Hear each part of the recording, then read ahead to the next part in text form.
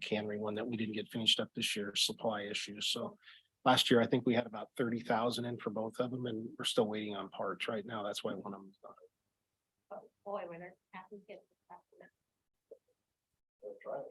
at cannery. Greg? So engineering, new to you. That, when did that start? When did you take over engineering? A year ago. Been a year? How did that impact your group? Did you have to? Did it affect other people in your group when you did that?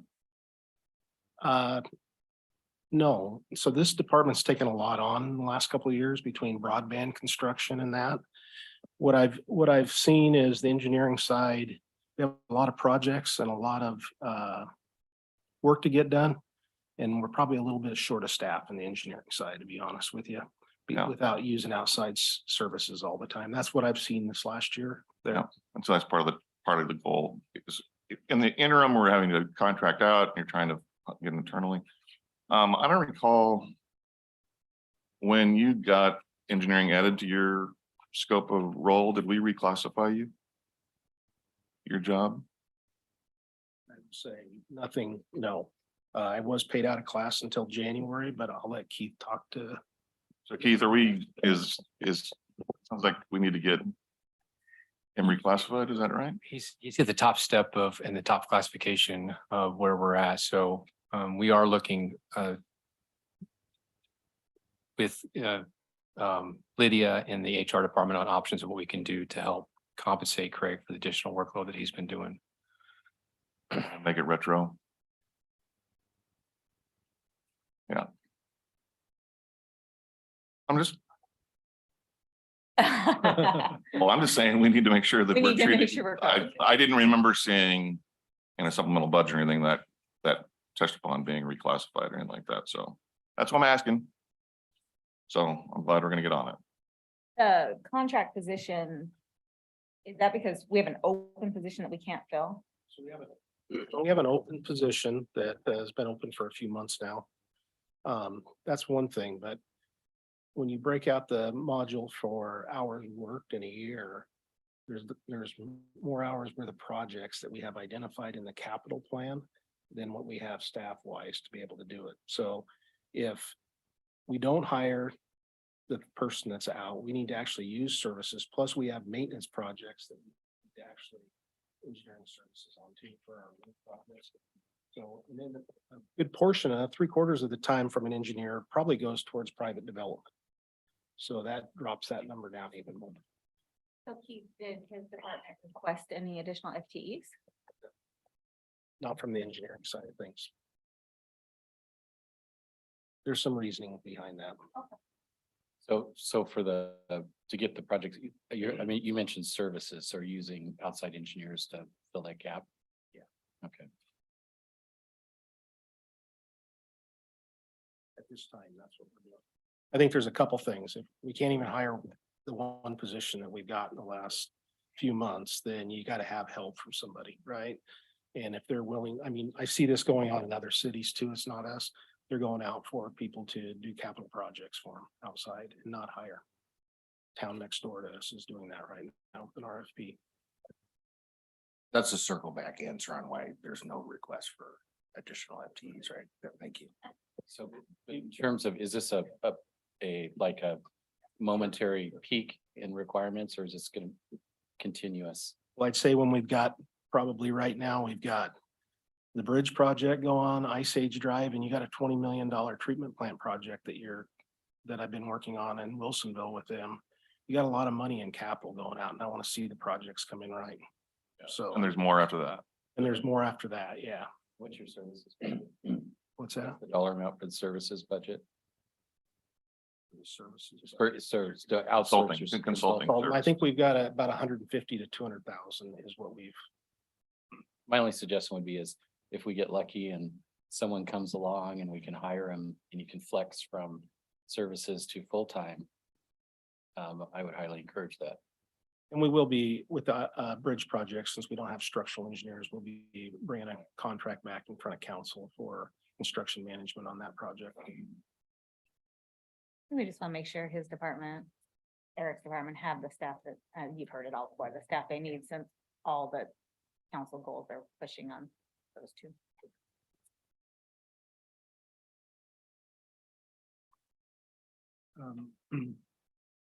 It's mostly for you. There's just two typos on this. On the right-hand side, field horse, panic button. And, right underneath it, the antenna for fire panel. And the batter. Awesome.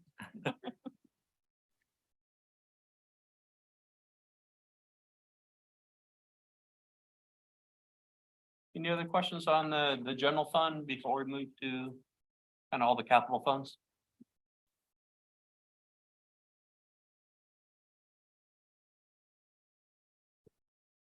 The street capital is the next one, and that is located on, Or Craig's still sitting. 95. Or that's street operations, street capital is 97.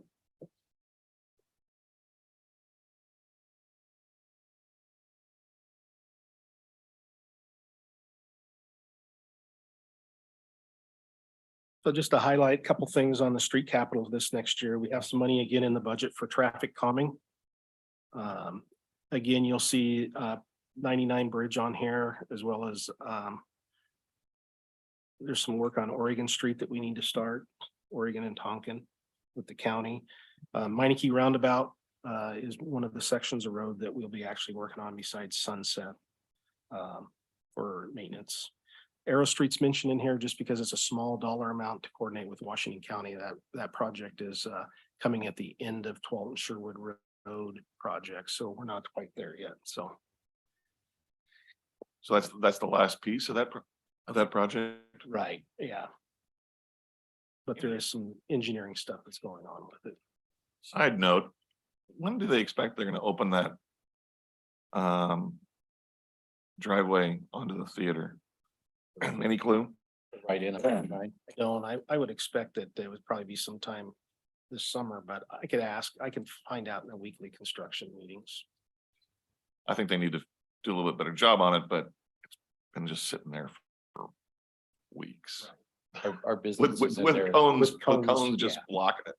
and our businesses in there are just getting killed, right? Okay. Okay.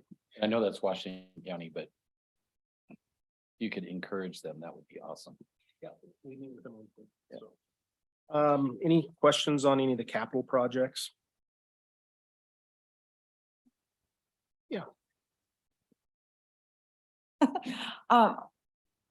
Give me some examples of traffic calming that you use in Sherwood today, and what areas are you gonna be focusing on this next year? So mainly that money is, if we have projects that come up through the traffic safety committee. An example of a project that we did that before, I believe it was before the traffic safety committee was started or right around the same time, was restriping and did some additional lighting work on the roundabout over by Walmart. We're currently getting ready to do a study on Sunset between Woodhaven or 99 and Timbrel in the school zone there. So some of that money could be spent on that. So in the future. And And where do we, I mean, do we have an outside company or something that is saying, here's what will actually calm down traffic? Cause as I got more into planning for the planning commission, I was learning a lot about size of road and shape of roads that are, and in fact, the widening of them in some ways makes them more dangerous because people drive faster down them thinking, well, pedestrians are further away from me. And so there's some counterintuitive stuff there. And I'm wondering, how do we determine what is the right calming? so in the past, what we've done is when we have these requests that come up like this, that the traffic safety committee is making a recommendation such as, it was either, I can't remember if the roundabout was before or after, but we brought that back to council and we provided a couple different options. Actually, we probably provided 3 or 4 options. And then the council narrowed it down and then they actually wanted us to go with one of the options. So they all have pricing with that too. Use consultants, right? Right. We got a couple, Okay. couple traffic consultants that we use for those. Okay, things. yeah, because that was what was surprising to me is that I thought, oh, well, let's make them wider or make the sidewalk, when I saw that and then I saw some studies on it, some of it was counterintuitive a little bit, but then the data was backing it up. And so I'm like, oh, shoot, well, how do we determine in our area what is actually going to make it more safe versus what we just, maybe intuit would make it more safe. So anyway, that's good. Okay, Councils, because the traffic committee, they can only make recommendations. Council wants. right. We are gonna get some new tools. A bill that actually got passed and signed out of Salem allows us to put mobile and fixed traffic cameras basically in school zone and any residential zone. So part of the traffic committee too is there's like these temporary measures, like the speed trailer and stuff like that, creating some tools to modify behavior on a temporary basis, as problem pops up. So And we greater authority to reduce speeds on roads too, so. Shocker, actually a couple new tools and not things taken away from us.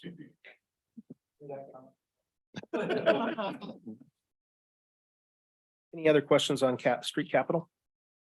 One thing I do want to, there is a sanitary project that is mixed in with the Schaumburg. That's what we talked about in this, when we met with council. There's about $500,000 that we don't have funding for in the sanitary fund to complete that project. So we can only do certain portions, so that one will probably be on there for a long time unless we come up with some way of funding it. So does it make sense?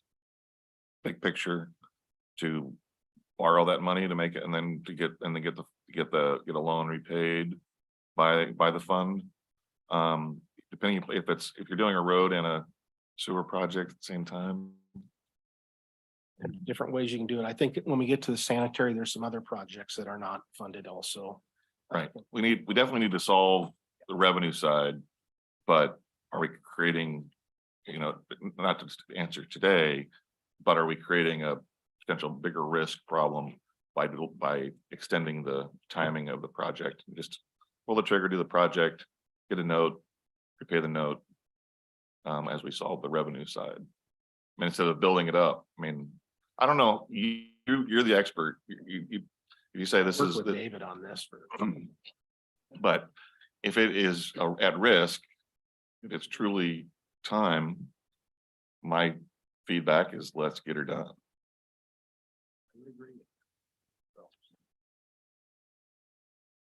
And I would add to that, it's not just the risk, it's also just you delay a project 2 years, the cost to do that project's probably gone up 14-15%. So even if you're paying a little interest, you're probably saving money in the long run.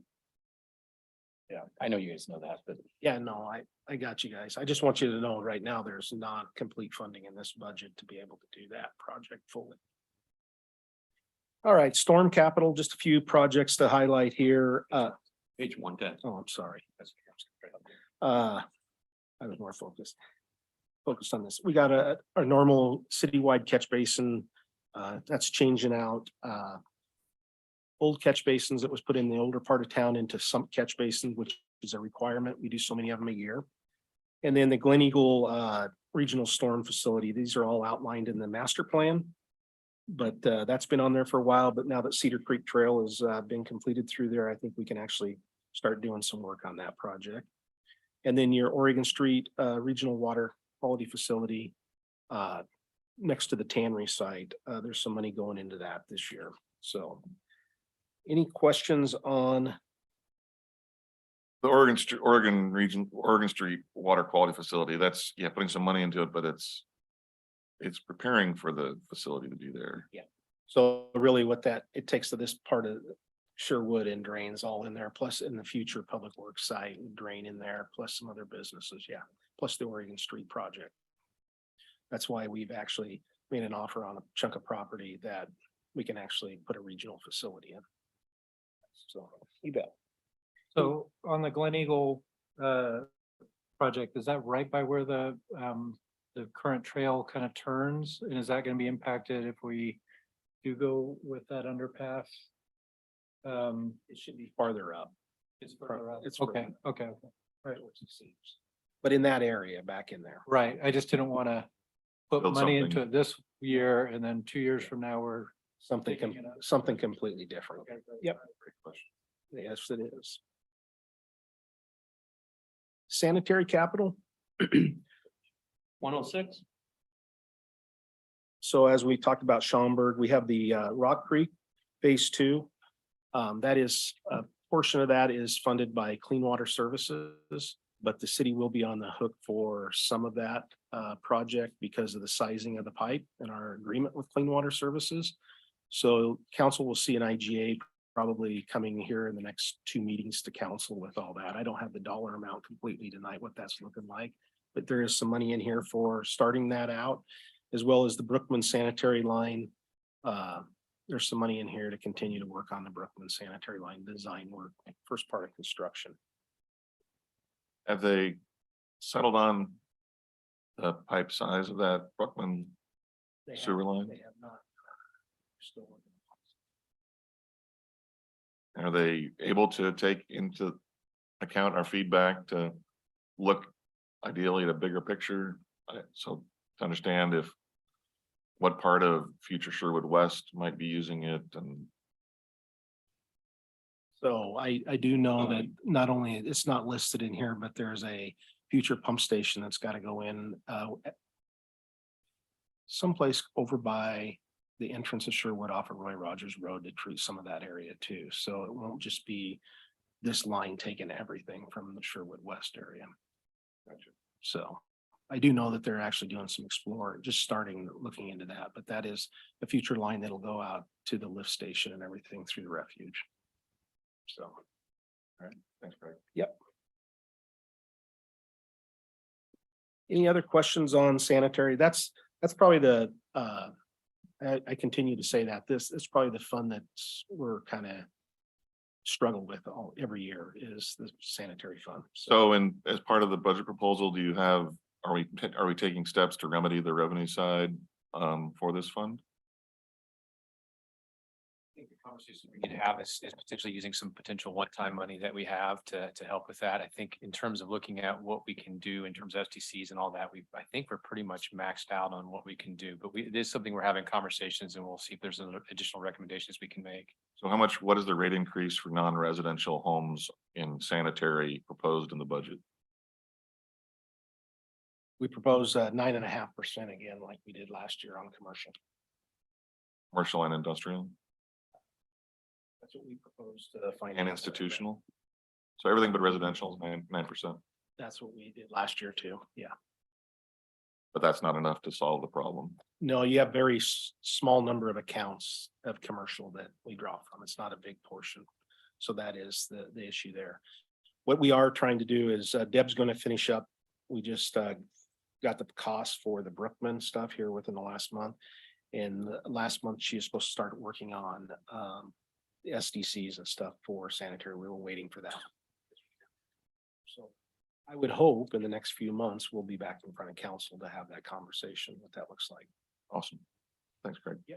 And a reminder for some and new news for others, we are lobbying our federal team to get some earmarks for some sanitary projects in Old Town and going up the hills to the tune of about 2.7 million. Yeah, so hopefully we'll be able to get those in the next omnibus bill. Yeah, good job. Any other questions on sanitary? Water capital, Page 102. thank you. On the river. That's all right. Couple projects to highlight here for this next year is the treatment plant expansion continues. We've got about 6.2 million that we're planning on spending this next year on that project. We still have work going on 12th and Sherwood Road that we have an IGA with the county on, as well as there's a section of pipe on Park Row that needs to be replaced, and that is being paid for out of our routine maintenance money that from rates that we put away every year. So those are the projects for water. And is there the water treatment plant? I can't remember. Is that being used by other cities as well? Is there revenue coming in? Or is that just used by? Us in Wilsonville. Right, okay, so I was gonna say, so is there any, it's jointly owned, so we're essentially just splitting the revenue, there's no additional revenue once we upgrade it or whatever. There's only two, yeah, there's only two people, Okay. yeah, there are maintenance costs. That I believe 12 and Valley Water District has to pay, because they own also part of the thing. I think they're gonna see if they can convince us to buy some of it from, to buy them out, of what, Wow, but okay. there's a little bit from them, but. Any other questions on water? Excellent. General construction. Page 98 in the book. And Craig, your water fund is adequate. General construction, so we have trail expansion improvements. A couple things identified in here that's also in the street that Cedar Creek Trail. There's a section of fencing that's got to go in along off of 99 by ODOT's yard we still got to do, and then there's a feeder trail from roughly Sherwood Boulevard, Senior Center area, back down to the actual trail. So that's in here. Tannery site cleanup, we have some money in here to start the wetland delineation as well as work on set up some plans to be able to apply for Brownsfield grant for that site. We have made an offer to the county, which was accepted. And so we're moving forward with that on that project that we've been talking about for quite a while. So mainly this will get us put in place to be able to actually apply for some grants for the projects for the cleanup. We're looking at a total project cost of about $6 million for cleanup on that site. So just so everybody knows. Number just gets better and better. It's better and better, and we did take on another chunk of property there for the regional water quality facility, so, yeah. It's close to $6 million. I just want everybody to know that. Also in this budget, is there a question? When you say we took on more, how do we get it? We actually purchased through the Washington County back taxes on the property. Okay, They took thank it you. off the actual auction and made us an offer, told us this is what they wanted for it, so that's what we're moving forward. Because we had adjacent property and because we were already in this. Yeah, plan. we need a water quality facility chunk of ground besides a public works for the actual Oregon Street project, as well as this side of Sherwood to drain into. Okay, thank you. Yep. Oh, he hadn't got there yet, but my question was gonna be, what's the adjustment to the art center design? That's fine. So that is, we put money, that's a council goal that was on the council goals for the gravel parking lot over here. This is mainly to have a consultant architect come in, talk to council about what they can do with that chunk of property. And what they can't do with that chunk of property, give some ideas and get feedback from council on what you guys are wanting. So And Murdoch Park and Phil. Murdoch Park infield, that's more of a, in the park master plan, they call for master planning that park out. So what that looks like, and if you go out in the capital plan, there's a future bathroom and some other things, but it's actually coming in and look at that park in more detail. than what we've done. And so we, remind me, so that's on our goal for council for this year is to start doing that work, or, I mean, just in the priorities, has council set their priority on how they want to spend park dollars? I'm not sure if we've had that conversation yet. Probably have not had that conversation. I know we talked about it. But that, we just took that off from the master plan, so. I mean, I love making improvements, don't get me wrong, just want to make sure we're all on the same page of, what's the, if we do infill projects at Murdoch, what's the target budget and objective, and have that conversation. Make sure we're just aligned. Problem on that. The only conversations we've had around park money is related to the YMCA sale that we committed to the community that money would go to parks. Along that lines, is it cheaper to buy land for parks now over in Sherwood West? Yeah, so we may wanna, instead of infilling, we may wanna. Yeah, I was gonna say that might be higher on my priority. So I do want everybody to know that that is in this capital plan, but right now it's not staffed to be able to work on that project. So it's here. If it's private development or something slows down, we'll be able to get on it, but I would expect we'd have conversations with the Parks Board as well as council before we started that project. So Just so everybody knows.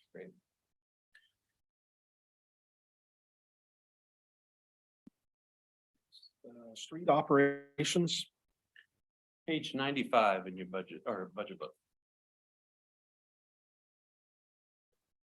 one thing that I point out in the operations is council wanted to, several years ago when they initiated the street fee. They wanted, their goal was to be at 80 PCI, and we roughly are between 85, 86 the last couple of years. So that means our maintenance plan is working. We'll be actually rating our roads next budget year, so not this budget year, and then that number, we'll see a change in that number, but And for folks that might be new, what's how do you rate roads? I know the answer, but I'm gonna let you tell By how them. we compare to our neighbors? they go through and actually look at the cracks and everything, how the failure of the road's going, and also what kind of preventive maintenance programs you have going back into it, and then it sets you out. There's a little more to it than that, but it sets out a pavement management plan to go off from. to So keep they literally roads- drive the roads and they inspect they them. Inspect every road. And our rating is really Outstanding. we actually council back whenever they implemented the street fee, they did it at the right time before letting the roads get bad. Right? Yeah, it was hard to do. It was hard to do to start charging for it, but I think that we're seeing the, the payoff now. So you're actually maintaining them instead of actually, you're also rebuilding some of the ones that are too far. So I'd say it's a good mix of what we're doing maintenance wise on the roads, So much cheaper to stay on top of it. on the maintenance side versus No, reconstruction. as Craig proved it to us when we made the decision, he said, this is the reality. Please do what I recommend. You'll see in the big, nothing really big difference in this budget, but you'll see in the transfer out that goes into the street capital. That funds the road projects that are maintenance as well as the $100,000 that goes into the traffic calming. So that is. Any questions on street operations? Water operations? It's page 100 in your budget book.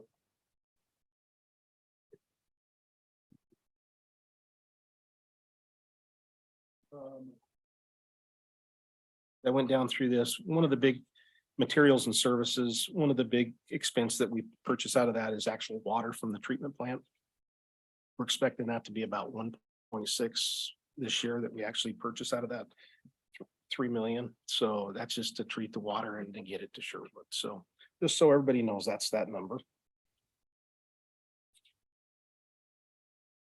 Everything else, this has got a 2% increase for water. I believe 4% for commercial.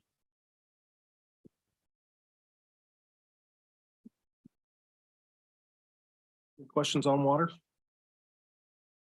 And that 2% and 4% was recommendation by when we did our financial plan here last year. That was the recommendation. So that's what was put in the budget to share the fee schedule. Is there a score for how good our water is as well? There is drinking water test, but we've never entered it. Okay. I think it tastes phenomenal, but I just, again, the more we can say, hey, the money that we're spending going to a measurable thing. is important to the citizens, so.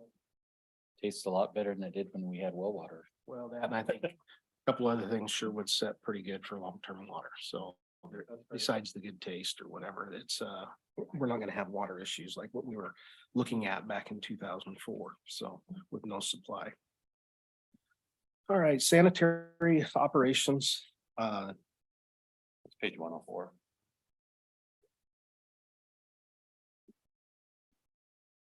material costs are up a little bit there. We've had debris cost increases. We do have some site engineering services in this budget also, as well as some repair costs that we're to do. So that's why you see the increase as well as there's some other costs that have gone up this last year. So as far as our work goes, we're still doing it cheaper than contracting it out. So we run that number every year on our cleaning and TV work. So I feel pretty confident with that. Kind of a question that applies, I think, to the last three: water, sanitary and street operations, noticing that our revenue is a little bit less than our outlays on all three of those funds and looking historically. It's, you know, we kind of had the other out. Is this a long-term problem we're gonna need to address that we're not covering our costs in these funds? So if you look at the financial plan, it actually goes back to that. If you don't raise the rates where they need to be, then you're gonna have an issue with over time. Yeah, I'm just thinking even for this year, we're underwater on all three. Whereas in, you know, you look back to FY 22, FY 21, it was, you know, there was a healthy surplus. At least in the sanitary, I didn't look past the other two. Well, you gotta remember, like a water, you gotta remember you're doing $10 million that we were saving before we went and borrowed the money. We would save to be able to do the water treatment plan. So we've got $10 million going out just in the water side to the treatment plant, even though it was over 2 or 3 years. Coming out of the operation side, not the capital. So usually how it works, I'll let David explain this, but it comes in on the water operations side and then we actually move money over into the capital side. So we're kind of. Gotcha, okay. Yeah, so operations pays the debt service payment and then the capital fund holds all the money to spend on the projects. Okay. But yeah, you'll notice, in the water ops, water operations, you went from back at 21-22 from about a $1.6 million debt service payment all the way up to almost 2.3 million. Right, yeah, I saw that, yeah. The positive is there is an end to that debt service on that, but then there's undoubtedly new projects. Comes along. And it was nice, it was probably 2 years ago, we refinanced one of the debts in the water fund. We didn't extend the time frame, but we saved almost about 2.5 to 2.7 million in interest over that, the rest of the 10 years of that loan. So it was a nice savings we saw. Once in a lifetime rates. Yeah. Yeah, and once investments right now, once in a lifetime needs too. All right, any other questions on? Moved on to storm. What is fog? Bad oil and grease program. Okay. Says increase public awareness of fog. So, So what we like to do is get into the residential neighborhoods because fog actually happens at home. People dump stuff down their drains. That's why it's in there. But mainly the enforcement side is actually in the commercial side. Because it costs us more money to maintain our system if the material gets in the main lines versus them having traps and stuff in their businesses cleaned out all the time. So we just have, we step up our inspections to make sure that the fog traps are cleaned out and they're operational. Have people come in and work with haulers in the night to clean them. That's how. Yep. So it doesn't get to our system. Okay, stormwater, we do have Page 108. we do have increases in materials and services. That's cost. That is actually the work that we have planned on doing this year is a little bit more. And we do have some outside engineering service in the stormwater side if needed to be able to use outside services. So that's why you'll see the increase there. One thing I can say, storm and sanitary, we did meet clean water services goals this year, or their performance standards. So that's a pretty big accomplishment since at one time, the Public Works Department this last year was recruiting for 10 people. So we were able to move people around. So other things didn't get done, but we were able to get our standards met and performance measures through CWS. So I like to have the zeros on the back on the overflows in the sanitary, but so I'm glad we were able to do that. Any questions on the stormwater? There was other areas that lacked, and you'll notice back, there was a position in the utilities we asked for. We started contracting on our locates a couple of years ago. We're not having very good luck doing that. And so this position, if we don't fund this position, then money needs to be allocated in this budget to be able to continue contracting that out. Now, this position, we've had a hard time hiring seasonals. So there's some customer service that we need to actually be doing from the utility billing standpoint as well as other stuff. This position would actually be working on that as well as doing locates. So it's just not bringing somebody in to do locates. That's why we asked for the position.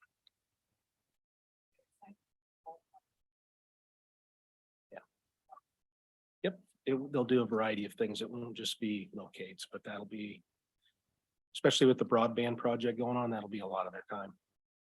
I mean, we're out, like on the broadband project, we're out, when you're contracting locates, you're out 3 weeks sometimes before they actually get out here. So they're holding us up because of their backlog workload. So there's some of those issues going on that's why we want to go a different direction.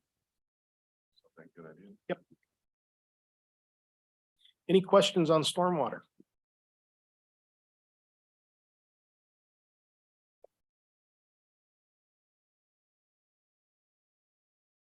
Any questions on the public works budget at all? Great job. Thank you. Thank you.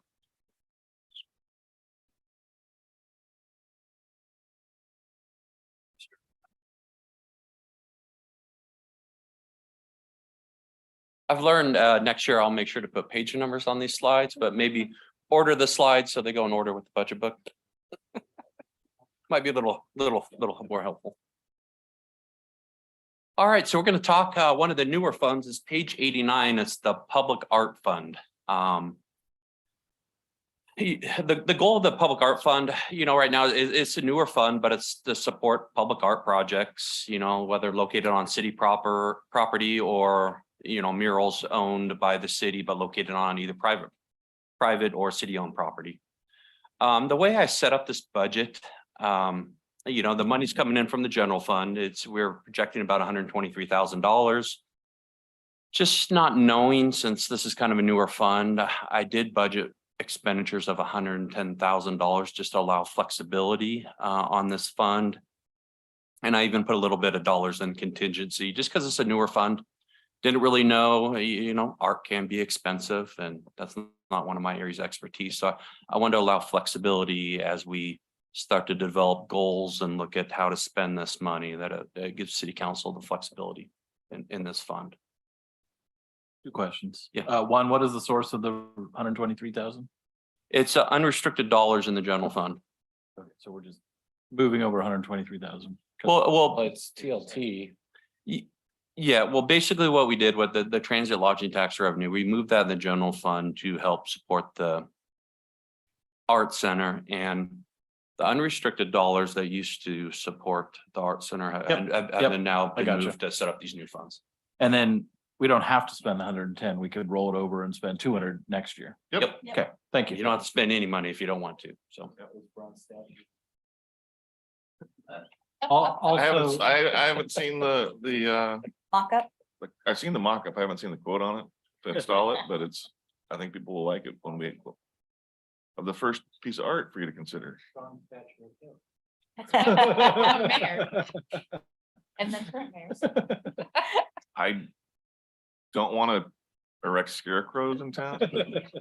hey, so for this money, does this also include? We've been talking a lot about art for the new pedestrian bridge. Is that a separate one because it's going to be a part of the bridge? Okay, perfect. The initial is all from bridge fund. Okay. Future space, we're saying Right. later could come out of it. Absolutely, yeah, Right, okay, yeah, that makes it clear. for me. some initial art and then the follow-on art will come from a fund. And I did want to point out in this fund, in this current budget year, we have $50,000 for roundabout art. Right now, we projected those dollars to be spent. I know it's really on the timing. So if those were to roll over, city council is going to bring me or see me bring a supplemental budget moving those dollars into this fund. But right now, we have it projected to be spent out of the general fund like it was budgeted. TLT is going to the senior center, artist center.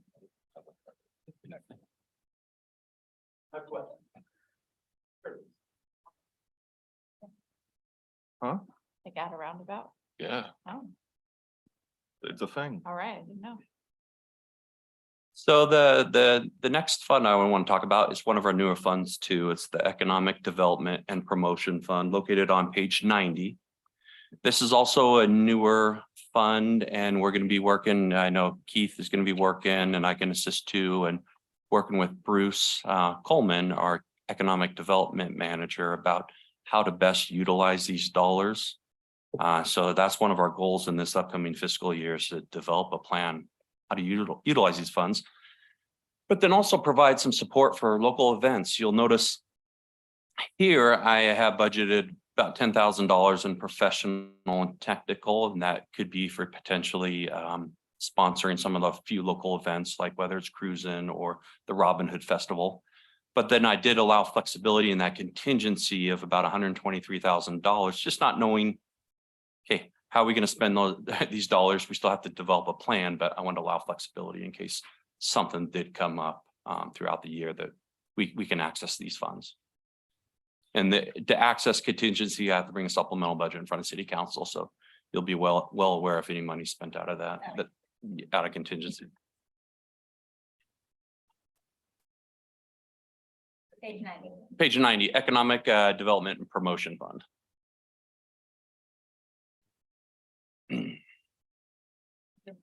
How this was funded again?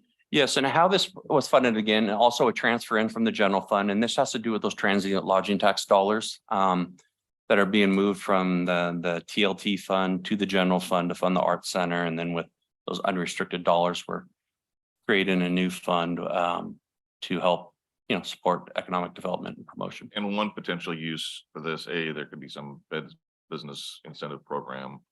We could use this to help repaint the blue light poles in Old Town.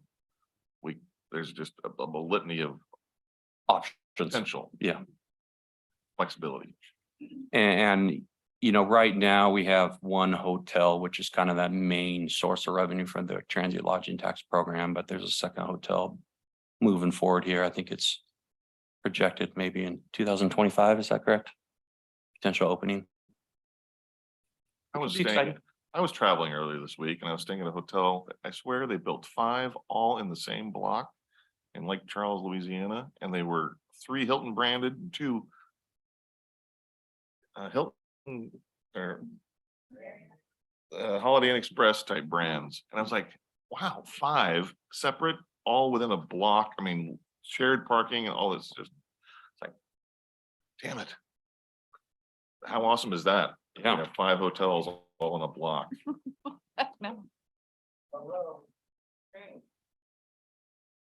All right, the next, I'm going to bounce you around a little bit in the book again. It's page 93 in the budget book, and this is the new one of the newer funds too. It's called the investment fund. And really, how this fund came about and how it's funded is this current fiscal year. Through a work session, we decided with the American Rescue Plan Act dollars that we could fund general governmental operations, and we chose to fund the police. And unrestricted dollars usually fund the police department. So that freed up a lot of unrestricted dollars, which there's a decision made by city council. Why don't we move this to what we call an investment fund to allow to invest back in the community when decisions are made on certain projects, I should say. And the way I budgeted this fund is right now it's all sitting in contingency because I wanted to allow city council to have access, when the decisions are made to this money. And we know one potential, let's say, property purchase could consume all those dollars. So I wanted to allow flexibility to all those funds, but is sitting in contingency. So once the decision is made, I still have to bring a resolution in front of city council so we can actually access those dollars. So, but I wanted to allow that flexibility as we decide on how best to utilize these funds. I have a question on that. Yeah. I'm assuming these are in US Treasury. The investments. They're not just in the LGIP pool. I guess investments is more like an investment in city in terms, it's not like investments in. So they're not like the US Treasury. Not stocks and bonds, yes, Got it, yeah, okay. yeah. Got it. But we do, but Dad, to your point, we do have investments with the local government investment pool, but then also we have some in US Treasuries. We actually, when we get to the URA, we just had 9 million expire this week. And so about half of that I reinvested just because the bridge project's taking a little bit longer and, the investments are coming in around a little over 5.1% right now. So Yeah. Our cost was 2. Yeah, no. Better name this fund so that it's not. We don't get that confusion. City investment, community investment. Yeah, community investment fund. City investment community, so that when people look at it, they don't think you're going and investing in the stock market or investing in, yeah, just give it just a more defined name, please. Thank you. community investment fund. I like community investment fund. Let me just see, I've never had this question come up. Let me just make sure with local budget law, it's okay for me to name it going from the committee to bringing it in front of city council.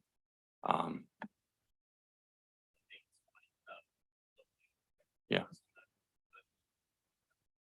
Just rolls that ORS off his tongue like he's got them all memorized. Yeah, I think if we approve it as amended with the new name, then Yeah. it's fine. Yeah. I don't think we have to. Yeah, I don't know. Yeah, I will just say we approve the budget as amended, and Yeah. that'll be the amended. the amended section. Yeah. Some of us are. Yeah, that's it's valid. Investment fund. Yeah. Yeah.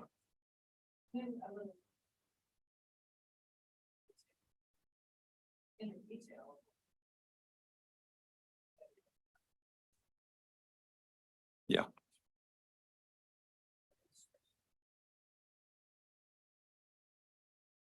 And he did, if you look on page top of 93, he did do some of that, so. I know. All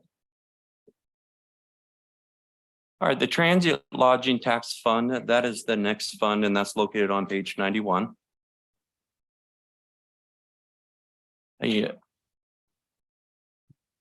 As I already discussed, this fiscal year, we decided how we were going to actually utilize that money that kept accruing in that fund.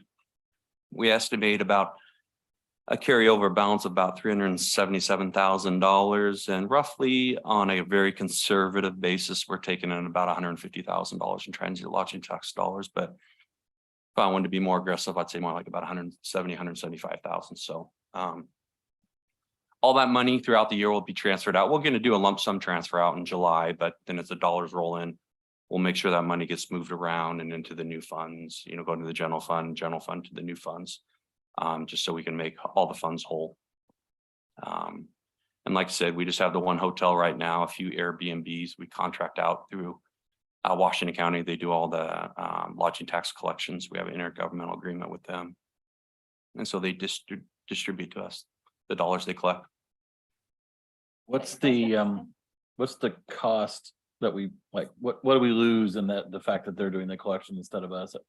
At some point down the road, will it Is make that 0.5%? sense to bring that in-house? Yeah, I used to see oversee the transit lodging tax program at the county where I came from, and yeah, you versus hiring a full-time FT, but considering that county is larger, they had a lot more, but you have to have someone running and maintaining those payments, and kind of collection efforts can be a little difficult at times. Yeah. Taylor, did you have a question? My question is just about the Airbnb and other non-hotel entities. I got it answered, so. Yep. I did take a field trip when I worked out at the county, to Washington County, just to kind of see their collection efforts, and they have full-time FTE. That they look for folks that are not abiding by the the lodging tax program. And I think it was right when I was leaving the county, we were trying to work out some agreement where the county and state or entities in the state could actually talk together, because folks are transmitting lodging tax to the state. Well, we want to check our records to make sure that our records match up, so everyone's being made whole. Who tracks the Airbnbs, VRBOs, rent a room by the day type places? I mean, who, is it self-reported by the people running the Airbnbs? I mean, some people could fly under the radar. Yeah, so some people could fly under the radar, but I know I don't know if Washington County does, but I know we are kind of in some legal battles at Clackamas County with some of the bigger platforms like Airbnb, but you can get those folks set up to be in compliance where they submit payment to you monthly or quarterly, kind of just depending on how you set it up to where, they'll make sure the tax is charged on those locations. But you do have some folks that fly under the radar, but you're checking all those websites where there's Craigslist and looking for those non-compliers. I can dive in a little deeper on that. Generally speaking, if someone's doing it on a regular basis, then it's much easier for that. If it's somebody who does it on occasion, it can be harder to find. And it's one of the challenges we found, that if somebody just occasionally puts it up for rent or limited, it may be harder to find those folks. If they're on a platform like Airbnb or they're all compliant, right? It's the people doing it in a newspaper ad or a Craigslist ad or something like that. Yeah. Have to ask yourself how much time and energy you're gonna spend going after just a couple. people. Yeah.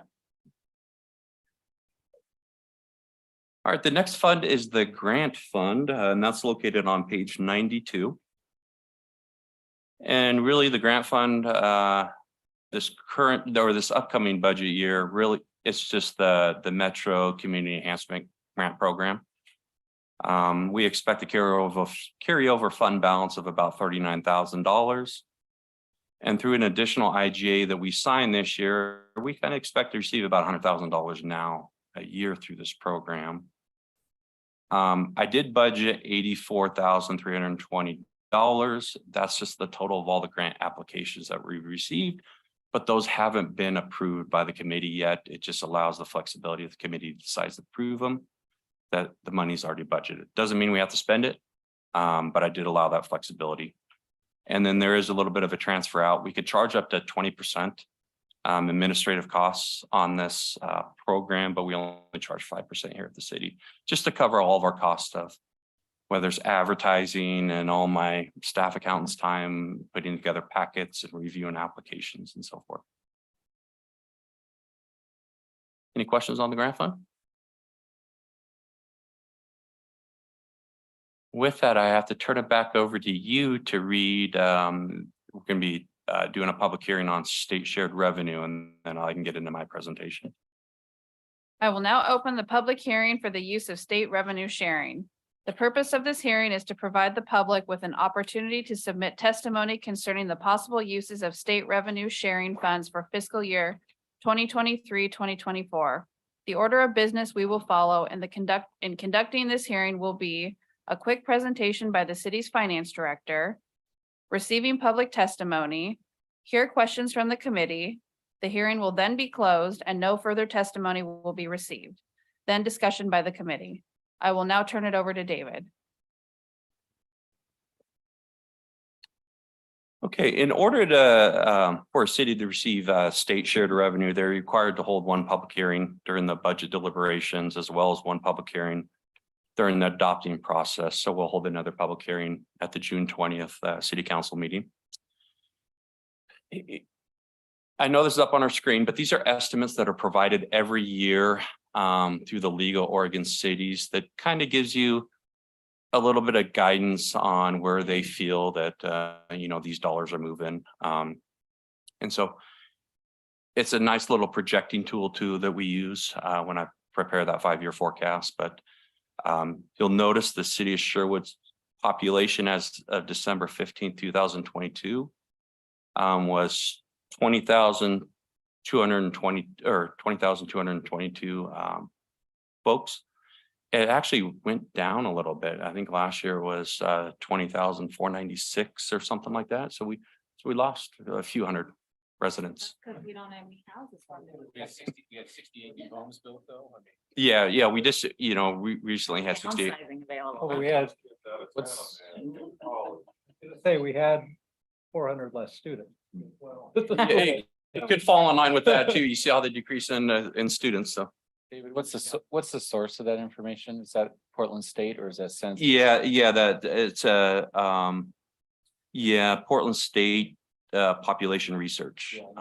And just for reference, it's an estimate. Yeah. And Portland State for Sherwood, if you talk to the school districts, is notorious for getting it wrong.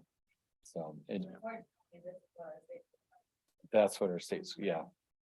I would suspect we have more people. State share, yeah. Is this chart in thousands, millions? What's the scale on this? That is actually just in dollars, just dollars, but it's how you, yes, per person, per resident. yeah. Okay. Yeah. All right.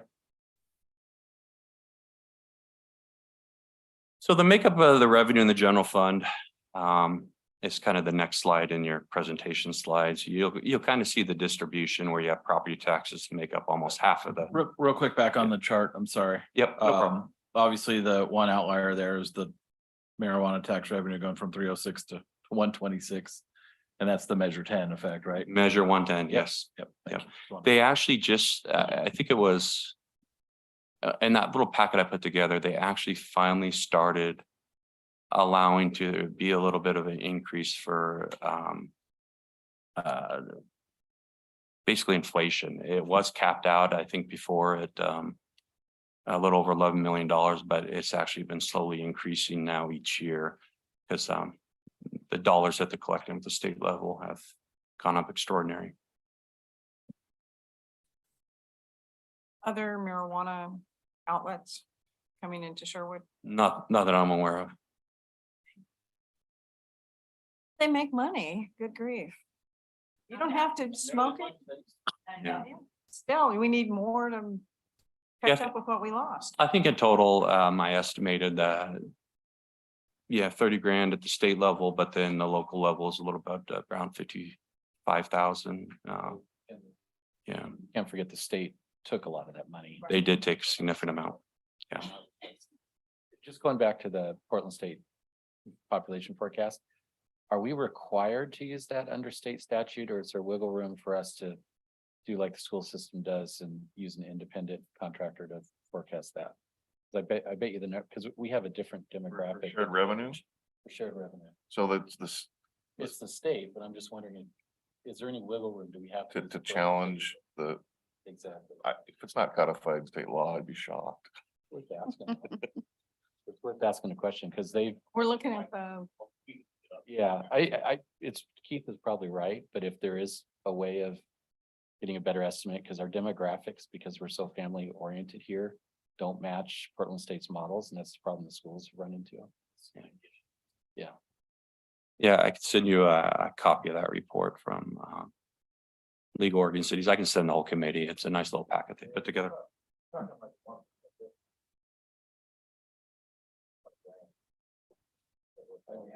I'm just curious.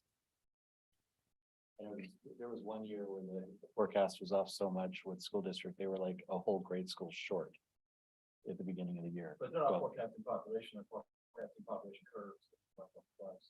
Yeah, I don't know. I'm just asking. the I know in question. the late 90s and after 2000, when we were growing like crazy, we always lagged the numbers so extreme that it was a topic. Say, we know these numbers are wrong because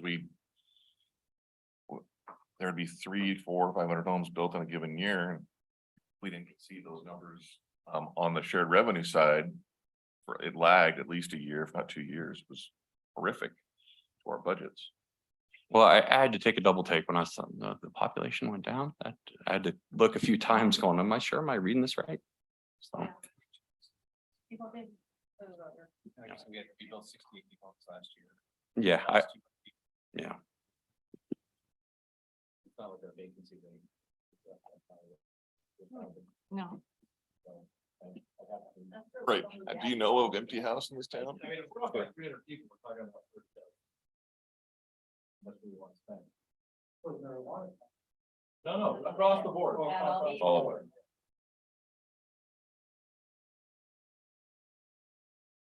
So in the general fund, you'll see the pie graph in your presentation slides. Where is all this money, the state shared revenue? It's in the intergovernmental. Okay, that's where the money's housed. That's kind of technically where we should be putting it under budget law and so forth. And roughly, we're expected to receive about $830,000. Cigarette taxes moving down a little bit. Liquor, the money we expect to receive from liquor taxes going up. Marijuana tax is staying flat, but compared to where I budgeted last year, it's gone up. But pretty much the other categories are staying pretty flat. So on the liquor tax, there was an effort by OLC. They're building a gigantic new distribution center in Woodburn, and the way they were gonna fund that is by taking that money from liquor taxes collected before they share the revenue. So I know League of Oregon City was fighting it, but I was just I'm just curious if you factored that into your liquor tax forecast. I did. How much? I mean, the liquor,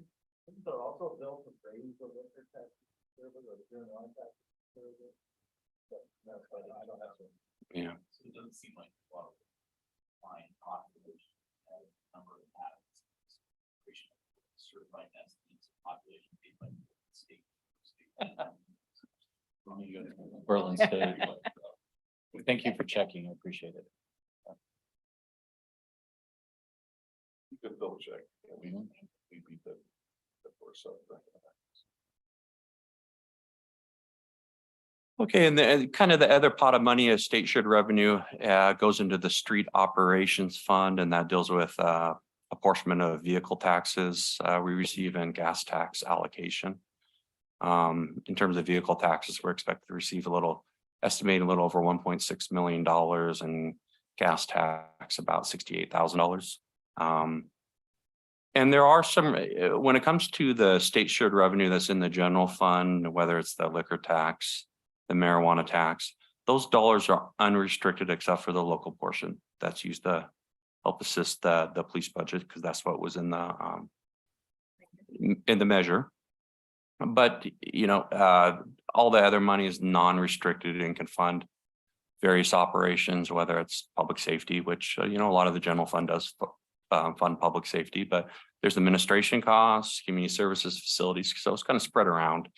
But in the street operations fund, the money is more restrictive, and that has to be used for basically street related expenses, whether it's paving projects, the slurry seal, crack seal, you're really purchasing equipment for the street projects, so. And with that, I have not received any public comment, and I'm looking back here. Yeah, there's been no public comment. Okay. While he checks, do we have any other questions from the committee?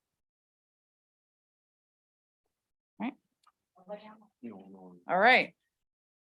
With that, I will now close the public hearing of the use of state revenue sharing. And now I will open up for general discussion of the budget.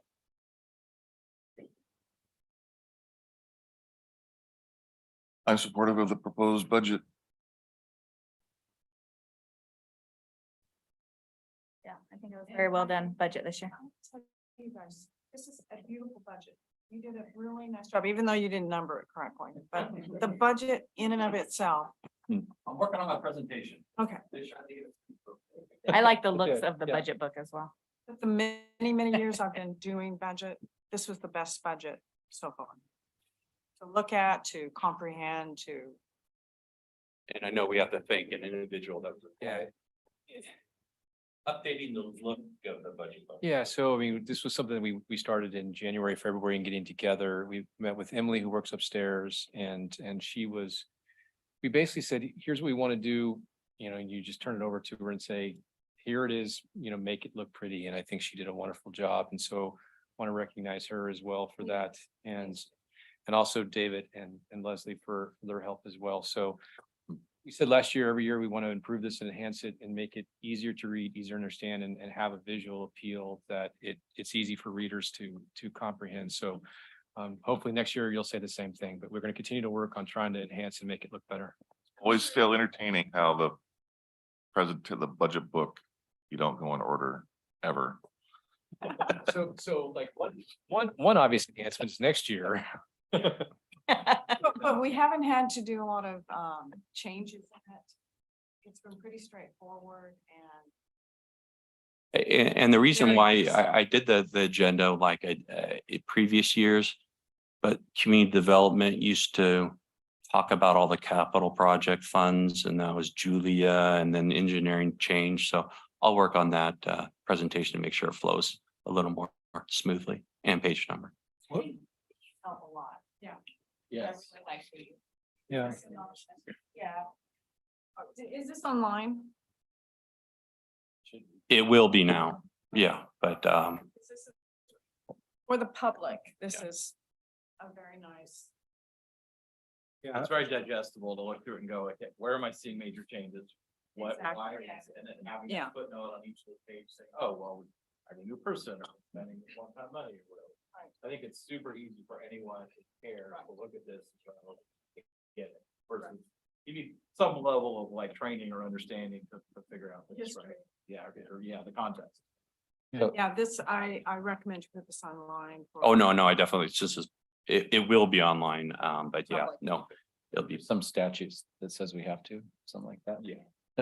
Minor detail. a couple of That's them. right. I would just add, I agree with everyone. The presentation was great. The layout of the book was great. The alignment with council goals was awesome.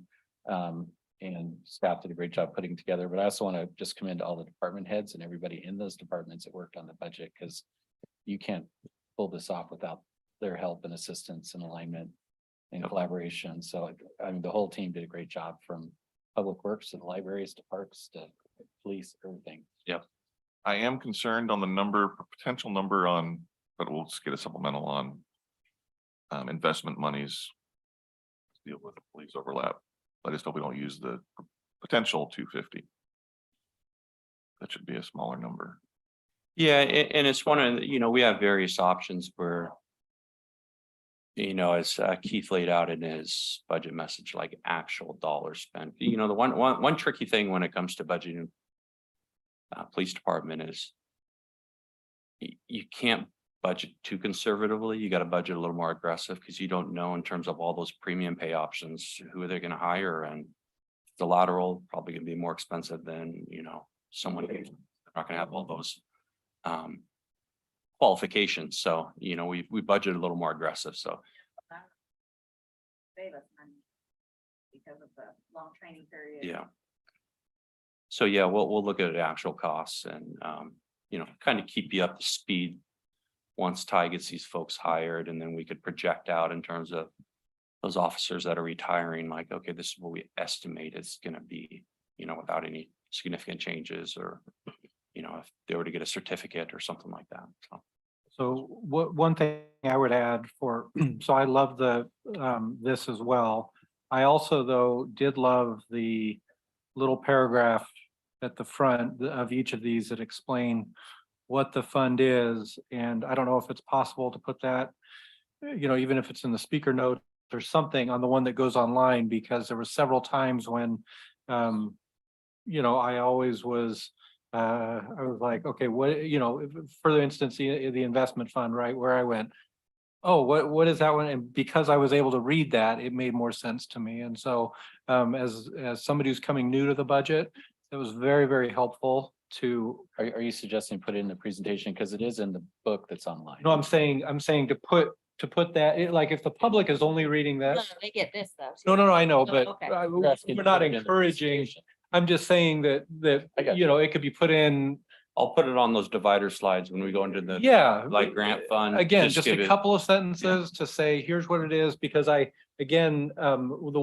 one thing that always comes up when I talk to the public is, everybody brings up, oh, well, we're probably buying $600 toilets, or, well, they think that we're being very wasteful. And when I say, well, here, let me walk you through the budget, first of all, I see their eyes glaze over or their eyes roll back, but it is very clear that we're actually being very thoughtful and very, conservative in our investments, but our planning and everything, but we're not doing this lightly, and we're trying to plan for all of this stuff, and it's expensive to run a city, right? And so what we're doing is actually remarkable, given the amount of money we have that we can play with. And so I feel like, if anything, we're getting under credit for how difficult this is. So I feel like you know, if we can somehow connect people to the real reality of the budget, that might help, but Are we, anyway. are we still required to do CAFR reports or do they end that? That's an optional program if you want to go for it, whether it's the, you know, it's no longer called the CAFR, it's a ACFR. They changed that terminology around, but it's, that's an annual report for our financial statements. But we do actually go for the award too, in terms of the budget book too, the GFOA budget award. I have a question. Oh, go Are you ahead. going on? with that? No, you're good. I'll throw it out. And then it may get thrown over to Craig. Last week, did somebody elaborate real quickly on SSD giving up field maintenance? Is that that's not something that's gonna happen in this budget cycle, is it? So there's no new, oh, go ahead, Mayor. It was brought up, but So- now I'm trying to get the context. So we have a new board makeup at Of the course. school system and we have a new superintendent. I've had several conversations with Abby and Jeremy, and I think you have too. Keith, our city, and Kim has. So they are very interested in talking to us about that, bringing that program back. So we need to have those conversations and see where that lands, but the field maintenance program. Yes, Yeah, yes. So what does that do in this cycle? Then to kick it back? It would- Parks are on my mind. You know, like he said, last year I can remember not just parks, but across the board, the hiring struggle. And again, this town is just about as beautiful as you used to match walking through and Well, But the there's some point is- exceptions to that, but not city property. not on. I think to answer your question, it would be a supplemental. Okay, thank you. Yeah. Thank you. That's. And, Yeah. and the timing would be dependent on whatever we negotiate. For all we know, they have a contract they have to run out. You know, so that's, but they wanted to get past the election for the ballot measure and all of that before they started engaging on that, understandably. Yeah. Yes, and so far in this budget, there's nothing appropriated for that, but we know, yeah. It would be revenue though, wouldn't it? Because they would contract with us rather than contracting with. There would be some Also- revenue, but then there's some staffing planning that we have to do. We, in earlier discussions we've had internally, I mean, we need to hire more staff to take on this kind of work. I'm assuming Shared that's a revenue correct and answer. shared expense. Yeah. Most likely. Right. Yeah. But And and to be clear, when we participated in the program, what I thought was successfully for many years, we were very proud of the partnership we had for going on 20 years, however long it was. We were a net contributor. We contributed money, so we saved money when they didn't want to continue it. Just We be did really save money. clear, we saved money. We'll negotiate going into it next time. What do we want back in? Yeah. There was a lot of benefits in the old program, like one place to schedule. Yeah, it was for the Non-existing service. in generally, this, from my perspective of the experience that we had, for our cost that we contributed to the program, to the partnership, we got much better, we got a lot more benefit for the community as a whole. Right. Because of scheduling, because of quality of the landscape of all government property in the city was a very high Whole level. metro area for sports fields. Yeah. And there's a certain department in the general fund I have left open in case we go back into partnership with the school district. They used to house a lot of this activity I've left open in the community services budgets, the recreation department. And you'll see if you look at this year's budget in these presentations, there's small activity, but I've left it open because I know there's been talks about potentially renewing that partnership. Great question.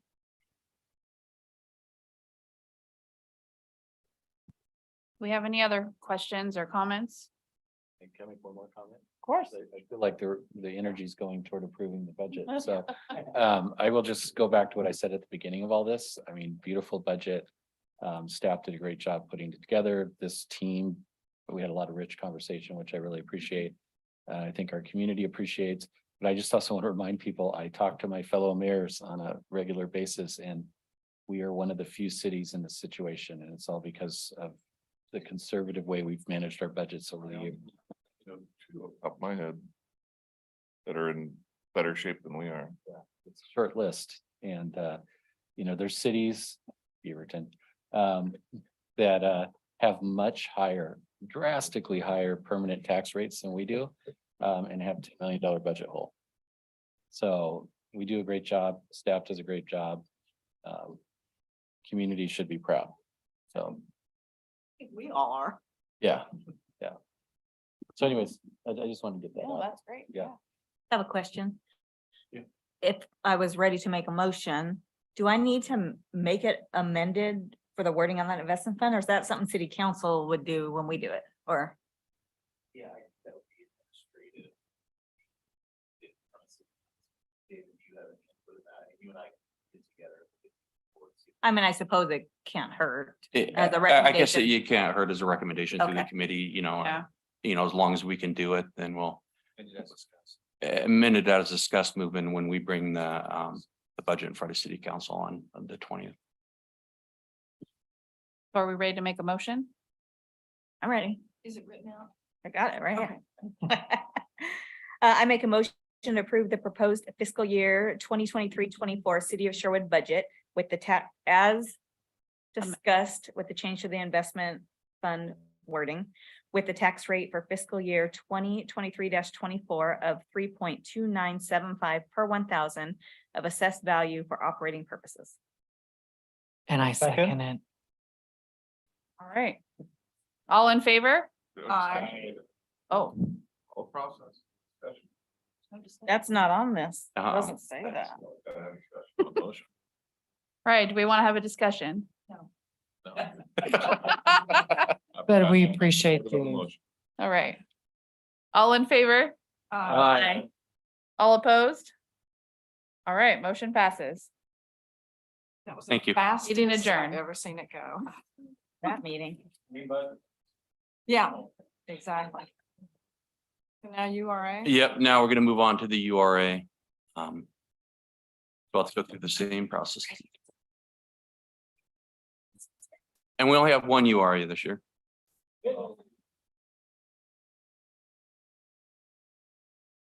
And is it in order?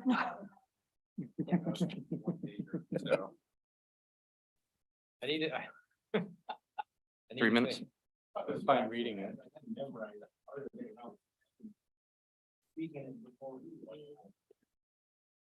I'll hand this back after the roll call.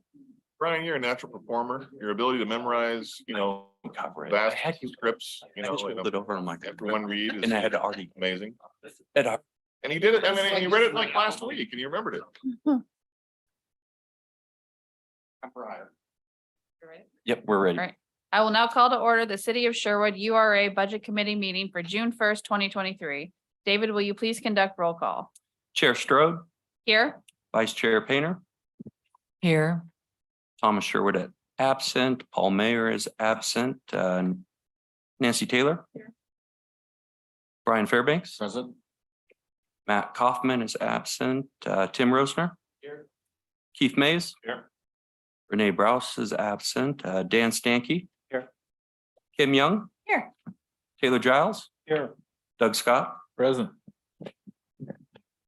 Okay, it looks like we have some minutes to approve. Can I get a motion to approve the City of Sherwood URA Budget Committee meeting minutes for June 1st, 2022 and June 13th, 2022 meetings? So moved. Seconded. All right, all in favor? Aye. All opposed? All right, motion passes. Tonight's meeting will be a working and listening session with presentations.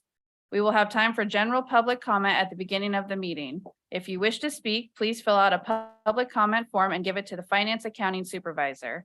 The committee chair will recognize those persons wishing to speak, and any questions should be addressed to the committee chair.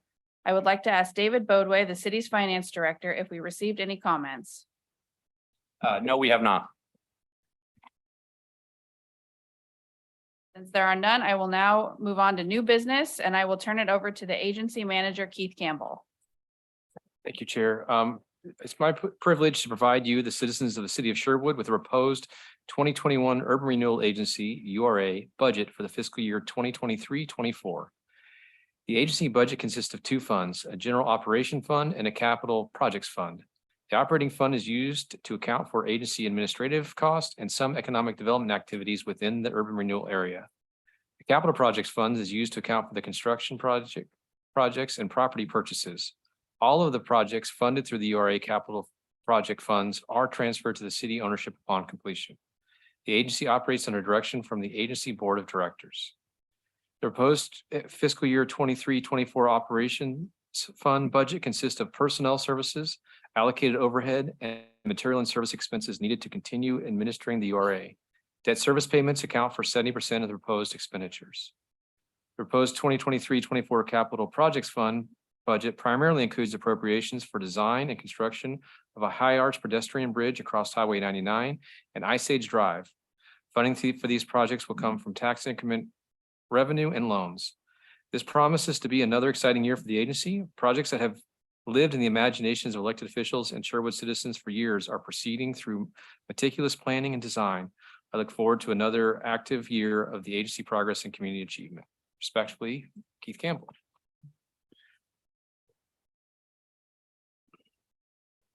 So I'm going to start off with page 4 of the URA budget, and this is basically our operations budget. This is where the property tax TIF revenue, that's where this is collected. There are some salaries, a lot more allocated this year than in prior years. Really, the individuals that are allocated here are a little bit of the agency manager's time. Bruce Coleman, part of his time is allocated here, economic development manager. He spends a significant amount of time and he's a gem to the city with all the work he does. There's some of the community development director's time because he works side by side with Bruce, and a little bit of my time in there just with all administration work, whether it's the audits or the budget. Those are the staff members that are allocated in the operations side. You know, professional and technical, and there's some cost allocation that how we allocate out all administration's time, but really a majority right now is just debt service payments. You know, you'll see a big jump in taxes if you were to look at 22-23 budget. Originally, when this plan was put together, the consultant estimated about $480,000. This current fiscal year, our first year collecting TIF revenue, we're well over $600,000. So we're seeing a lot more growth than originally anticipated, which is great news. It just allows that TIF revenue to build up so we can start eventually looking at potentially, I don't want to say in the short term, but in the near term, looking at another loan to help continue funding these projects and look at all the various options. Any questions on the operations budget? All right, so let's talk about the capital fund budget. This is where all the money gets housed. I don't want to say housed, but gets recorded whenever we do a debt issuance. You know, that money that we take out a loan for it's restricted to capital projects. You'll notice there's intergovernmental revenue of $7 million this year. $4 million of that is money we received through the state for the bridge project, and the other $3 million.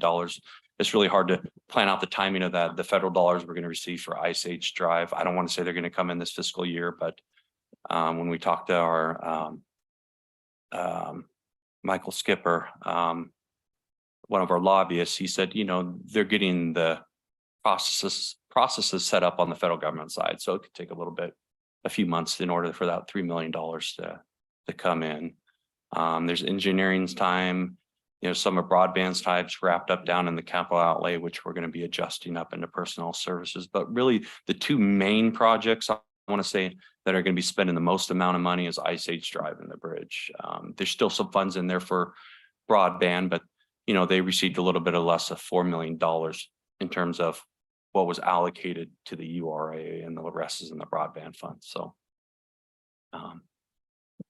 and we're doing other planning, you know, looking at projects that we have on our URA list, you know, get those what we call shovel ready, just so whether there's any funding opportunities or whatnot. So but the two main projects is the pedestrian bridge and Ice Age Drive.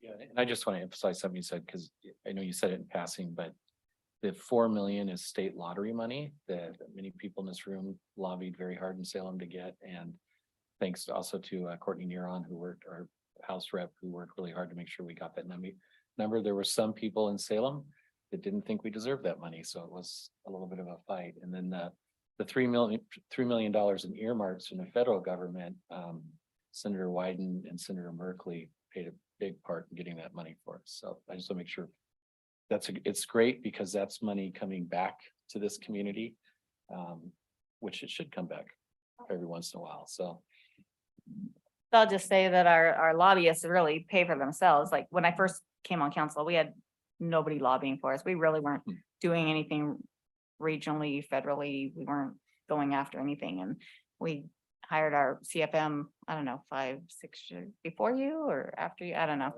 Yeah, then they've really paid for themselves, just what they brought into this. On board. Huh? Yeah, and I have to say, having beginning to make those trips to Washington DC where you do that lobbying with CFM, I don't know how we would do it because they know all these programs, they know how to work the system, they have the contacts, because it's as simple as, there's 50 million places they can put these earmarks into for programs. Not 50 million, but you know what I mean. But they know which one's not oversubscribed, which one's going to have the best. And without that guidance through the system, we would never get these funds. So they are, but I'm not a big fan of earmarks, but it is the way we get money. And Like any industry, there's a hole there that's its own thing. they do a great job. But between the 3 million from the feds and the 4 million from the state, that's 7 million. So we really got a good return on that investment with them. We just need our 3 to 4 every year and we'll all be happy. That's wishful thinking. No issues at all. No, but I appreciate all the efforts that are put in with the lobbying firm and then by, the city manager and you mayor going back east. The return on investment is priceless.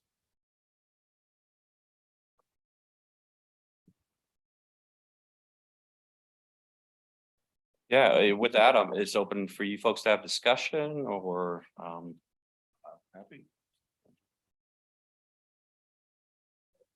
I still put a smile on my face every time I look at the map.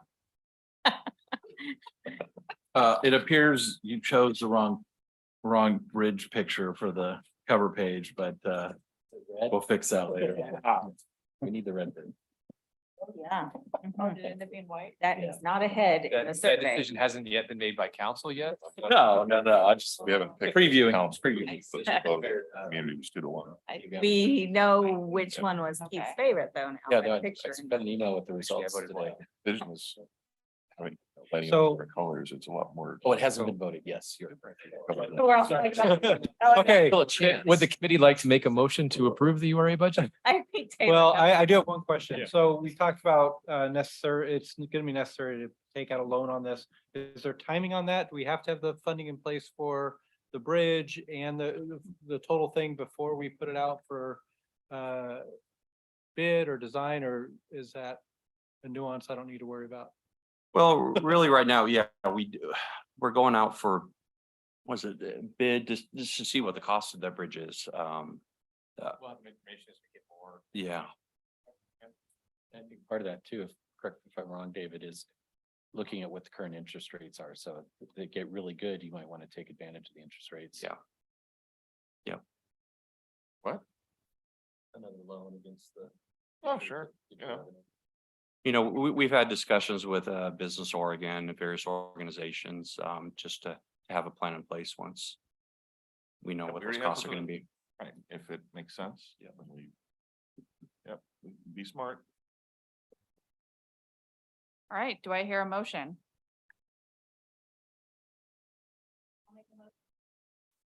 I'll make a motion to approve the proposed fiscal year 2023-24 City of Sherwood 2021 URA budget and raise the maximum amount of revenue that may be raised by dividing the taxes under section 1C, article 9 of the Oregon Constitution and ORS chapter 457.